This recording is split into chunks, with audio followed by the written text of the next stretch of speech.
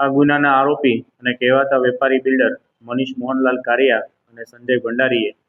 બંને આરોપીએ ભેગા મળી ગુનાહિત પૂર્વ આયોજિત કાવતરું રચી કામે ફરિયાદી રમાબેન નવનીતરાય મહેતા કે જેમને સારા બાંધકામ વાળું મકાન સસ્તા ભાવે મળી રહે તે માટે તેમના સંપર્કમાં આવતા પોતા જે આરોપી છે મનીષ કારિયા તેમને પૂંજન ઇન્ફ્રાસ્ટ્રક્ચર નામની પોતાને પેઢી હોય અને તેમના મારફતે તે કન્સ્ટ્રક્શનનું કામ કરતો હોય અને છેલ્લા 15 વર્ષનો અનુભવ હોય. આ ઉપરાંત દિવ્ય ભાસ્કર જેવી પ્રતિષ્ઠિત મેગેઝિન મારફતે તેમને આ બાબતે એવોર્ડ પણ મળેલો હોય. આ પ્રકારના જે પોતાની સાઇટનું કામકાજ શરૂ છે તે બાબતના અલગ અલગ પેમ્પલેટોનું વિતરણ કરેલું અને ફરિયાદીને વિશ્વાસમાં લઈ તેમને છે પોતાની જે સાઇટ છે તેમાં રોકાણ કરવા માટે અને મકાન લેવા માટે એ વિંગ અને બી વિંગના છે કુલ મળીને 48 લાખ રૂપિયામાં સોદો નક્કી થયેલો અને ફરિયાદીએ તેમના વિશ્વાસમાં આવી અને જો એડવાન્સ રૂપિયા આપશે તો તેમને 2 લાખ રૂપિયાનો ફાયદો થશે તેવું જણાવતા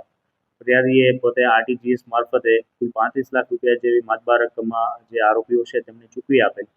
ત્યારબાદ પણ બાકીના રૂપિયાની ઉઘરાણી અવારનવાર કરવામાં આવેલી, પરંતુ ફરિયાદીને તેના પર વિશ્વાસ ના આવતા આ બાબતે વિગતવાર આગળ જતા આ જે મનીષ કારિયા અને અન્ય તેનો પાર્ટનર છે Sanjay Bhandari,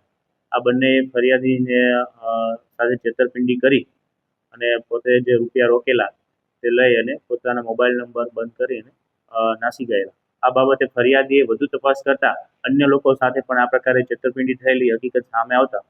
B division police સ્ટેશનમાં ભારતીય ન્યાય સંહિતાની કલમ 316, 318(2) અને 61(2) મુજબ છે ગુનો દાખલ કરવામાં આવેલો છે, જેમાં ફરિયાદી સાથે કુલ 35 લાખ અને ફરિયાદી સિવાયના અન્ય 19 જેટલા લોકો સાથે કુલ 2,03,00,000 કુલ મળીને 2,43,00,000 જેટલી રકમનું છે એમને છેતરપિંડી અને ગુનાહિત કાવતરું કરી વિશ્વાસઘાત કરેલો, જે બાબતે છે ગુનો દાખલ કરવામાં આવેલો છે. હાલ આરોપીઓ બંને વોન્ટેડ હોય તેમને શોધવા માટે ક્રાઇમ બ્રાન્ચ, એસઓજી અને બી ડિવિઝનની પોલીસ સ્ટેશનની ટીમો મારફતે ટેકનિકલ સર્વેલન્સ અને હ્યુમન સોર્સિસની તપાસ શરૂ છે. સર, આમાં એવી વાત લોકોને અપીલ કરશો કે આમાં કોઈ હજુ લોકો ફસાયા હોય તો આપણા માધ્યમથી જુનાગઢ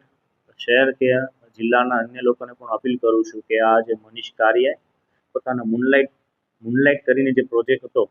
તેમાં કુલ ફરિયાદી અને અન્ય 19 એટલે કુલ મળીને 20 લોકો સાથે જે છેતરપિંડી કરી છે. આ સિવાયના અન્ય લોકો પણ હોઈ શકે, તો એમાં આપણી પાસે પણ જો આ પ્રકારે કોઈ ડીજી બ્લોકના નામે કે અન્ય કોઈ આ ફ્લેટ સસ્તા ભાવે આપવાના નામે છેતરપિંડી કરી હોય